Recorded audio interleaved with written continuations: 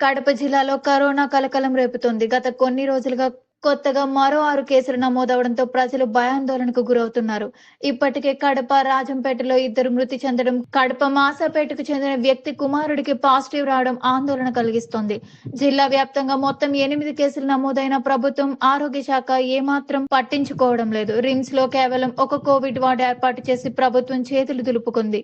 అధికారులు కనీస జాగ్రత్తలు తీసుకోకపోవడం, ప్రోటోకాల్స్ అమలు చేయకపోవడంపై విమర్శలు వెల్లువెత్తుతున్నాయి. రోజు రోజుకు పెరుగుతున్న కేసులను చూస్తుంటే జిల్లా యంత్రాంగం నిర్లక్ష్యం ఏ స్థాయిలో ఉందో అర్థమవుతోంది.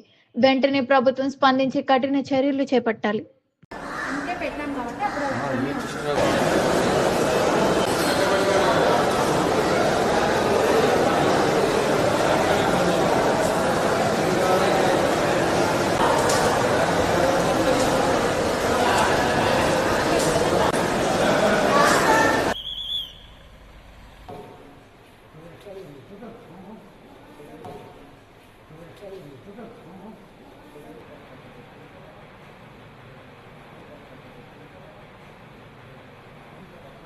కొత్త ఔషధం సార్ వారి అందరికీ సాక్షి